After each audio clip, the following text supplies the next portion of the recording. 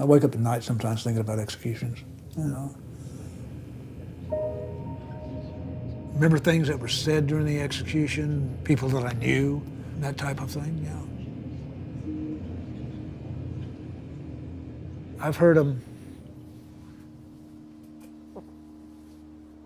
say, I can taste it, I can feel it, tastes bad, you know. So there is some reaction there. Can you see the moment when someone dies? Mm-hmm. The coloration changes like crazy. They turn very blue. Very, very blue. I've never figured out what that building smelled like. It had a distinct smell to it. I don't know what it was. Could be the smell of death, I don't know.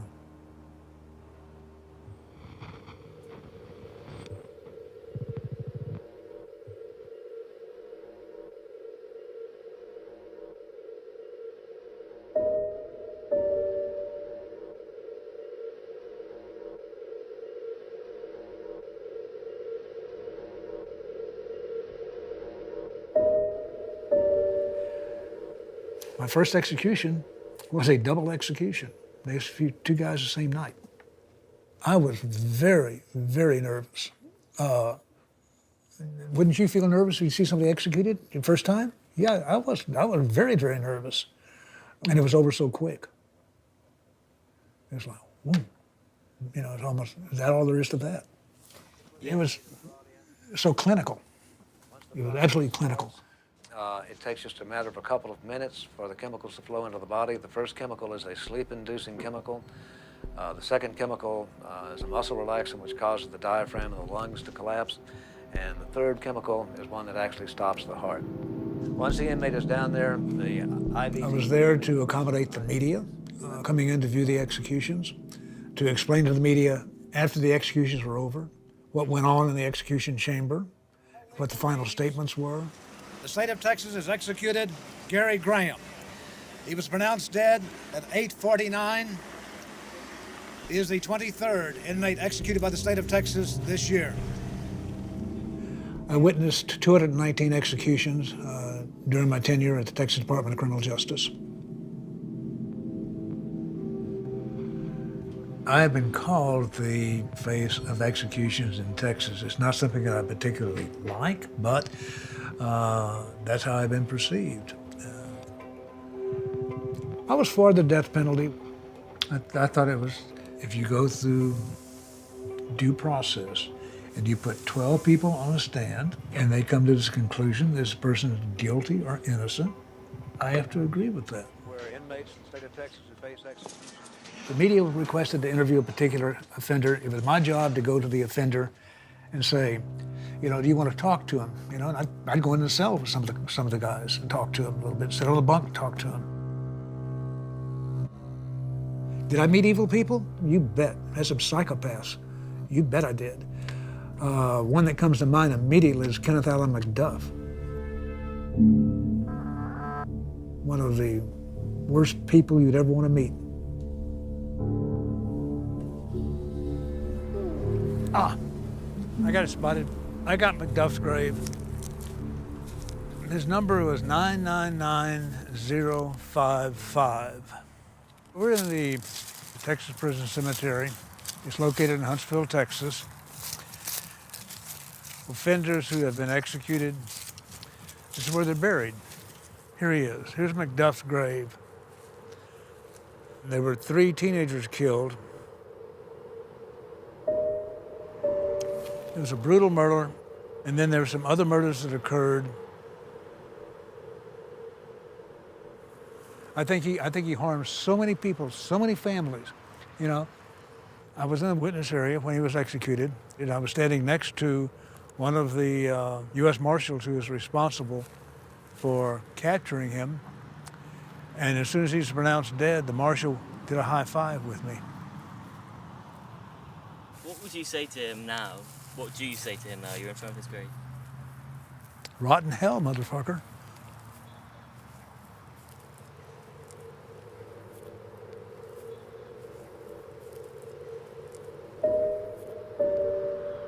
Kenneth Allen McDuff epitomizes evil.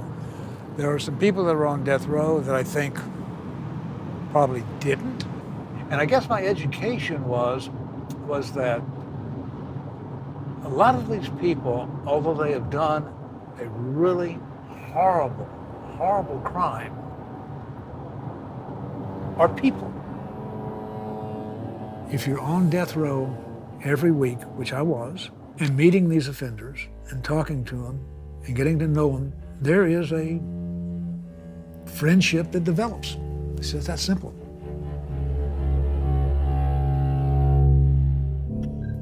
There were a number of people who were executed that I truly liked. Napoleon Beasley was just 17 when he committed the crime. The attention of death penalty opponents around the world. I started worrying about, have we executed somebody that shouldn't have been executed? You just emphasized that he didn't have anybody. It comes down to the last few final moments, and you're going to watch this person who you've known die.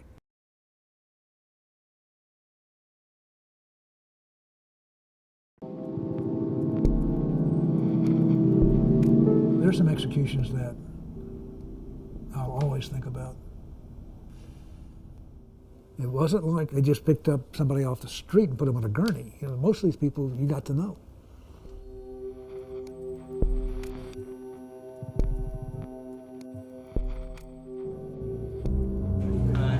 Larry Fitzgerald is preparing the prison for another inmate's death. Napoleon Beasley committed a murder at age 17. Beasley is in many respects the last person you'd expect to meet on death row. He was president of his high school class, a football star who hoped for a college scholarship. You know, some of those guys that get on death row, you really get to where you like them and hit it off with them, you know. And Napoleon was one of them. He did a horrible crime. It was a horrible thing he did. John Ludick was in his garage when the youths carjacked his Mercedes-Benz. Napoleon Beasley shot him twice in the head. Beasley was just 17 when he committed the crime. The attention of death penalty opponents around the world, and even divided the U.S. Supreme Court. If you were sitting on that jury, how would you have ruled about whether he deserved the death penalty or not? Somebody was killed in the driveway of their house. Somebody goes up and puts a gun in your head and shoots you.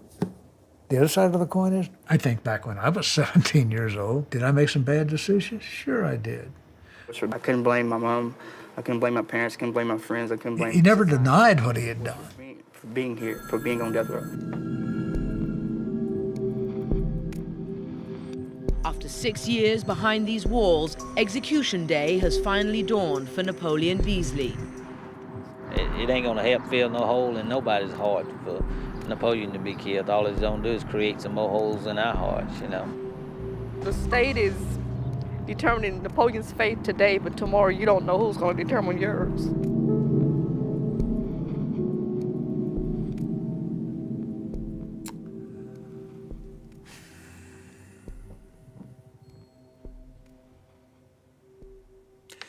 There were a number of people who were executed that I truly liked, that as you see them on the table, on the gurney, you think about past conversations you've had with them, about things you've enjoyed with them, you know, and it comes down to the last few final moments. You're going to watch this person who you've known die.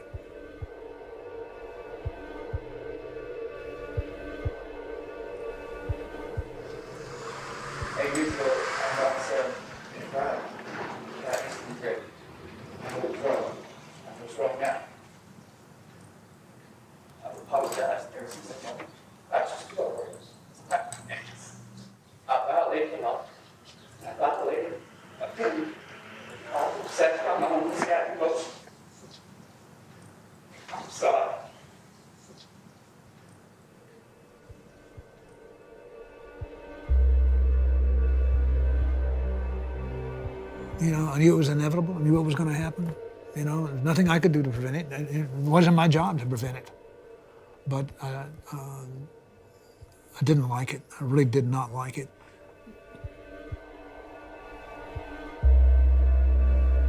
I started worrying about, have we executed somebody that shouldn't have been executed? And just, I had doubts, but it's a helpless feeling that you have, and you're standing there behind the glass as a witness. If you have doubts about this, what can you do? Not a thing. You can't do anything. How did you resolve that?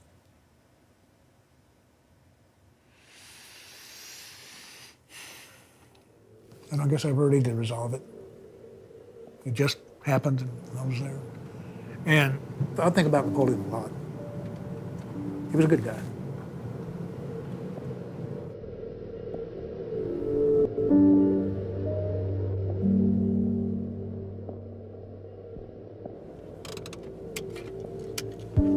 If one of your offspring is executed, how could anybody's life be the same?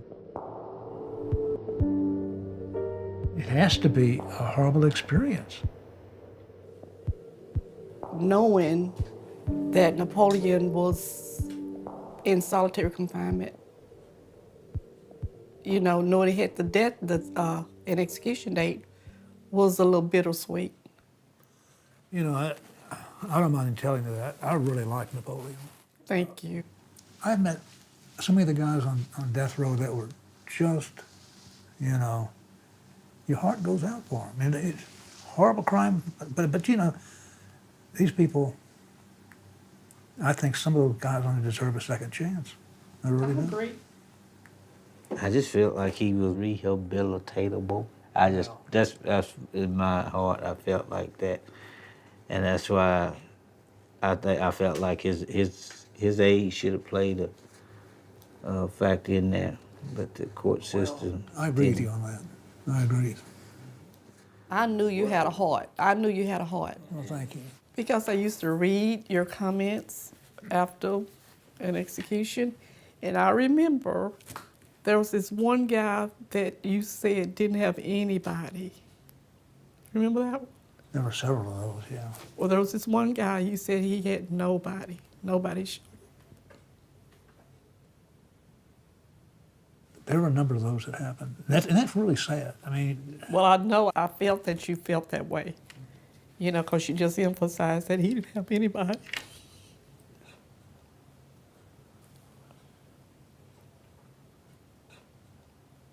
Well, I'd like to think that I treated everybody as best I could that were on death row, because, you know, I mean, we both understood the situation, you know, that you're on death row, and unless something dramatic happens, you're going to have a certain fate that's going to happen to you, you know, at a certain time. Well, personally, I'm glad you were there for Napoleon.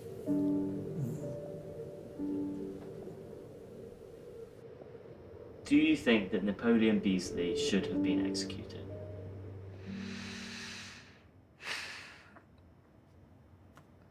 No.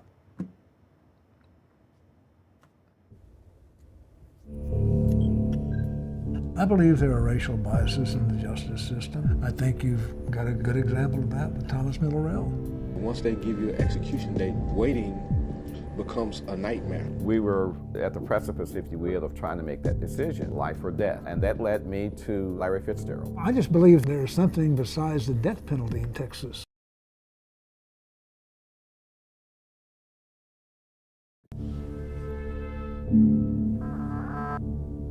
Once you've seen an execution, you can never go back.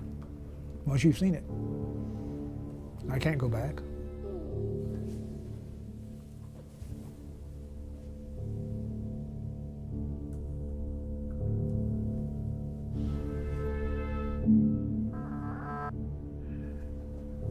The system has flaws, and that bothers me. Do you think that there are racial biases in the justice system? Absolutely. I think you've got a good example of that with Thomas Millerell. Certainly.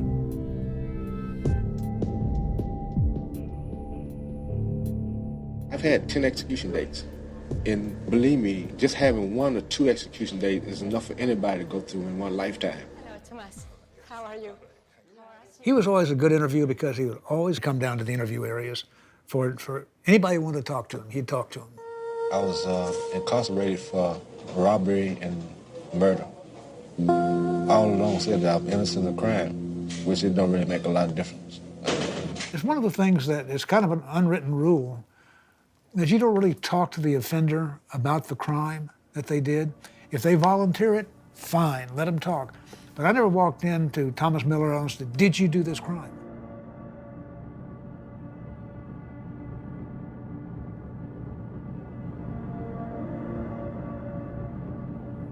When I left the prison system, all of a sudden, here comes somebody knocking on my door that wants to help Thomas Miller. On two major court rulings addressing the practice of stacking juries by race. For 20 years, the state of Texas has been trying to execute Thomas Miller L. But his lawyers accused the prosecutors of deliberately setting out to exclude African Americans from the trial jury. And today, in a 6-3 ruling, the Supreme Court said the evidence is too powerful. The judge ordered a new trial for Thomas Miller L. Next thing it wound up, a special prosecutor showed up at my doorstep. We were at the precipice, if you will, of trying to make that decision, life or death, and undertook to look more into Miller L's background and thoroughly did a vetting of him. And that led me to Larry Fitzgerald.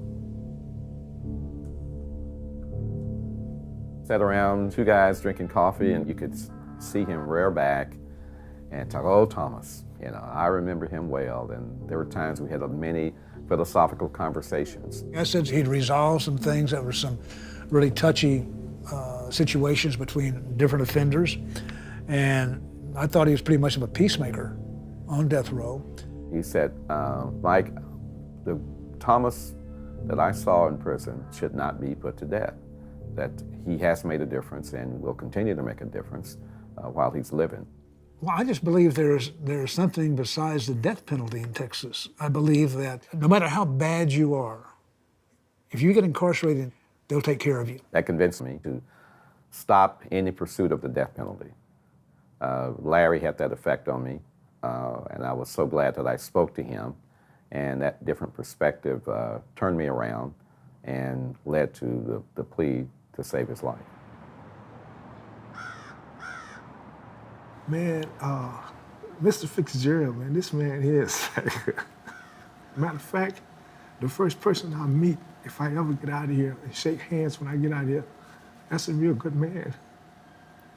I recall telling him that when I was up for my last execution, and he came and he talked to me, he said, Thomas, he said, I don't know if I'll be able to be there. And I explained to him that I'd prefer for him to be there because he was a human being. He treats you like a human being, not like an animal or object. And there's something about being in prison that occurs for both inmates and staff. Lots of times they lose their humanity. It's a horrible existence to be in a penitentiary in Texas. So did I do him any favors? The rest of his life, this person's going to be subjected to the prison system? Be careful. Did I do him any favors?